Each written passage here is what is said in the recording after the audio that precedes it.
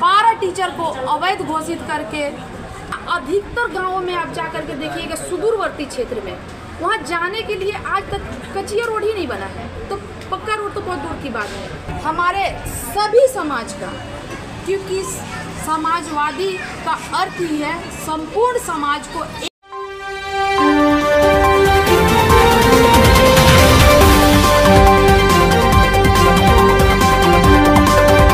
ममता भुइयां अगर चुनाव जीतती है तो 5 प्राथमिकताएं क्या रहेगी छतरपुर विधानसभा क्षेत्र की?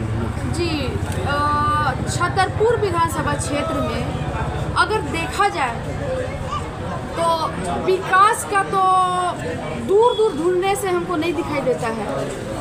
सबसे पहला अगर प्राथमिकता कुछ होगा तो यहाँ पे मूलभूत सुविधाएं जैसे बिजली, पानी, शिक्षा, स्वास्थ्य और एक सबसे बड़ा जो ज्वलंत मुद्दा जिसके ऊपर शायद ही किसी का निगाह जा रहा है, लेकिन बेरोजगारी जो दिन ब दिन बढ़ते जा रहा है और उस बेरोजगारी के वजह से लोग पलायन करने पे मजबूर है।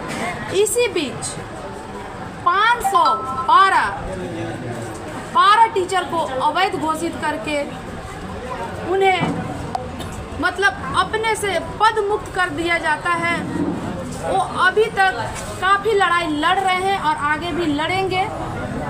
उनका कैसे करके उनको मतलब न्याय दिलाना है, ये सबसे पहला प्राथमिकता होगा। और छतरपुर और पाटन जो हमेशा से कृषि के ऊपर खास है, उसके लिए सुख नदिया डैम को अगर सही तरीके से सुचारू ढंग से उस डैम को बांध करके और पानी की व्यवस्था कर दिया जाए, तो खेतों तक लोगों को पहुंचाने में सुविधा दे दिया जाए, तो हमको लगता है कि जितने भी पलायन होता है उसमें कम से कम 20% तो लोग 20 से 25% लोग तो ज़रूर अपने आप को रोजगार प्राप्त कर लेंगे, क्योंकि एक कृषि बहुल क्षेत्र है। लोग पढ़े लिखे हैं लेकिन बेरोजगार हैं और सबके पास थोड़ा ज़्यादा खेत ज़मीन है, तो अगर उन्हें सिंचाई की सुविधा मिल जाए तो अपने ही खेत में वो मेहनत और परिश्रम करके अपना और अपने परिवार का भरण पोषण जरूर कर सकते हैं। अभी जैसे कि छतरपुर विधानसभा 2024 का चुनाव है, इसमें आपके समाज से 2 प्रत्याशी हैं, आपको अपने समाज का कितना समर्थन मिल रहा है? रही बात मेरे समाज के लोगों का, तो हाँ, अगर आप यहाँ पे भीड़ देख रहे हैं, ये जो भीड़ देख रहे हैं, आपको सब आप मेरे ही समाज के गणमान्य और गार्जियन, खासकर माताएं भी आई हुई हैं और सभी लोग को देख सकते हैं। और उसके साथ साथ मेरे समाज का तो आशीर्वाद मिल ही रहा है, लेकिन उसके साथ साथ हमारे सभी समाज का, क्योंकि समाजवादी का अर्थ ही है संपूर्ण समाज को एक साथ लेकर के चलना और एक साथ बढ़ना, तो सभी समाज का आशीर्वाद हमें काफ़ी प्राप्त हो रहा है। आप महिला एक महिला है, आपको महिलाओं के प्रति क्या सोच है, थोड़ा आप इसको बारे में जानकारी दें। हाँ, एक महिला होने के नाते महिला का हर एक प्रॉब्लम, उसकी हर सुविधा असुविधा समस्या से हम वाकिफ़ हैं पहले से। और आप अगर ग्राउंड लेवल पे जा कर के महिलाओं से बात करेंगे तो पता चलेगा कि वो महंगाई से और बेरोजगारी से काफ़ी अपने आप को परेशान महसूस करती हैं, क्योंकि अगर घर चलाने की पारी जब आती है तो पुरुष भाई बंधु तो कमा करके पैसा ला करके देते हैं, पर घर कैसे चलाना है, बच्चों को पढ़ाना लिखाना कैसे है और घर को मैनेज कैसे करना है, तो वो महिलाओं के हाथ में है। और जिसमें सबसे बड़ा बाधा बना हुआ आज का डेट में तो वो है महंगाई। अगर आप विधायक बनते हैं तो छतरपुर पाटन में 5 साल में क्या बदलाव लाएंगे?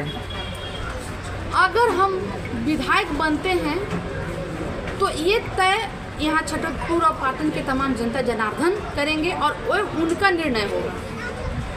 और 5 साल में अगर बदलाव लाने की बात होती है तो अगर हम वादा कर दें कि सारा चीज़ सही हो जाएगा तो ये बहुत बड़ा जुमला हो जाएगा, क्योंकि जो 75 साल में नहीं हो पाया, वो अचानक 5 साल में तो एकदम संभव नहीं है कि हो ही जाएगा, लेकिन शुरुआत जरूर होगा। और सबसे पहला शुरुआत हमको जहाँ तक लगता है कि यहाँ पर शिक्षा और स्वास्थ्य सुविधा जो बहुत ही लचर है उसको सुधारने का प्रयास किया जाए, शिक्षा व्यवस्था उसके लिए प्रयास किया जाए। और आप ऐसे जगह शायद पहुंचने भी मुश्किल हो कि 75 साल में रोड का निर्माण के लिए लोग तरस रहे हैं। यहाँ अधिकतर गांवों में आप जा कर के देखिएगा, सुदूरवर्ती क्षेत्र में वहाँ जाने के लिए आज तक कच्चिया रोड ही नहीं बना है, तो पक्का रोड तो बहुत दूर की बात है। ऐसे बहुत सारे गाँवों का हम नाम गिनवा सकते हैं जहाँ पर हम गए हैं और वहाँ पे कोई रोड नहीं है, जंगल पहाड़ में लोग बसे हुए हैं, न तो वहाँ रोड है न बिजली की सुविधा है। अगर वहाँ पे बिजली आया भी है तो 2 साल 3 साल या कहीं कहीं तो 5 साल से ट्रांसफार्मर जल करके है, लेकिन उसको चेंज करने के लिए न तो कोई कदम उठाया गया। और लोग काफ़ी बिजली के लिए ट्रांसफार्मर चेंज करने के लिए आकर के बिजली ऑफिस में चक्कर लगाते रहते हैं, आवेदन पे आवेदन देते रहते हैं। हर 2 महीने 4 महीना पर फिर नया आवेदन बना करके मांगा जाता है। लोग पूरे गांव के लोग एकजुट होकर के साइन करके देते हैं, पर उस पर कोई एक्शन नहीं लिया जाता। तो इन सारी चीज़ों को अगर चेंज किया जाए तो शुरुआत यहीं से होगा। लोकसभा चुनाव में भरपूर सहयोग आपको मिला, काफ़ी समर्थन मिला पहली बार आपकी, उसके बाद आप फील्ड में कितना एक्टिव रहे छतरपुर विधानसभा में? जी, लोकसभा चुनाव में जो हमें समर्थन और आशीर्वाद के रूप में लगभग 5 लाख वोट प्राप्त हुआ है, तो वो पलामू लोकसभा क्षेत्र के तमाम जनता जनार्दन का विश्वास और भरोसे और आशीर्वाद का नतीजा है और ये उनकी मेहनत का फल है। और रही बात चुनाव हारने के बाद क्षेत्र में सक्रिय रहने का, तो आप तमाम जनता जनार्दन से जाकर के पता कर सकते हैं कि चुनाव हारने के बाद हमको नहीं लगता है कि हम एक दिन भी सुकून से घर में बैठे हों, क्योंकि जब 5 लाख वोट का आशीर्वाद हमें प्राप्त हुआ तो अब हमें महसूस हुआ कि ये 5 लाख लोगों की उम्मीद हमसे जुड़ा हुआ है। तो अब मेरे ऊपर ज़्यादा जिम्मेवारी बनती है कि इस उम्मीद को किस तरह से कायम रखना है। जनता से क्या अपील करना चाहेंगे कि वो बदलाव की ओर देखें इस पर? हमारे तमाम वोटर भाई बंधु माताएं बहनें, आप सभी से हाथ जोड़ करके यही आग्रह करते हैं कि 5 साल आप भले चिल्लाते रहिएगा कि चेंजेस चाहिए, लेकिन वो 5 साल का जो अवसर है वो यही सुनहरा अवसर है। तो इसलिए आप सभी से हाथ जोड़ करके आग्रह है कि इस बार अपना मत अधिकार को सोच समझ करके और अपने बच्चों के, अपने परिवार के, अपने क्षेत्र के भविष्य के लिए सोच समझ करके वोट करें, क्योंकि एक वोट आपका और आपके परिवार का, आपके क्षेत्र का, आपके जिला का और झारखंड का और खास करके छतरपुर विधानसभा क्षेत्र का भविष्य चेंज कर सकता है। और वो चेंज करने का अगर किसी का अधिकार है तो वो है आप। ममता भैया को वोट क्यों करेंगे?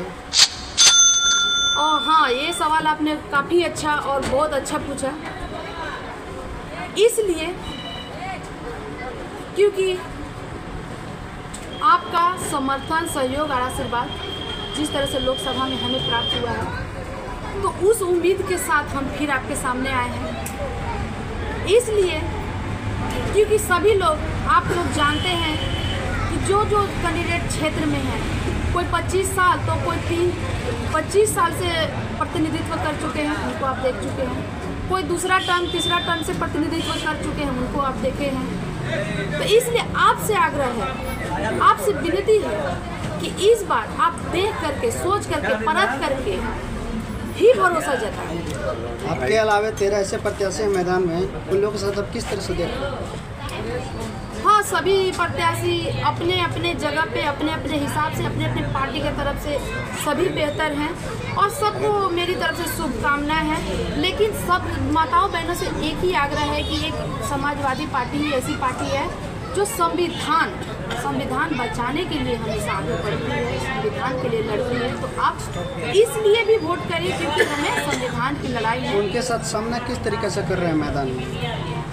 एक्चुअली ये जो चुनाव है, ये चुनाव लड़ने न लड़ना और चुनाव में जीतना, फाइट करना, ये सारा चीज़ अगर किसी का होता है तो वो है किसी प्रत्याशी का होता ही नहीं, जैसा मेरा मानना है कि ये चुनाव चुनौती के रूप में अगर किसी को लेना चाहिए तो प्रत्याशी को तो बिल्कुल नहीं, क्योंकि अगर ये भविष्य किसी का तय करता है तो वो जनता का, तो हम जनता जनार्दन के अदालत में आए हुए हैं और ये अपना हिसाब से अपने सोच और विवेक से इस बार निर्णय ले, यही आग्रह है। चलिए बहुत बहुत धन्यवाद। चलिए।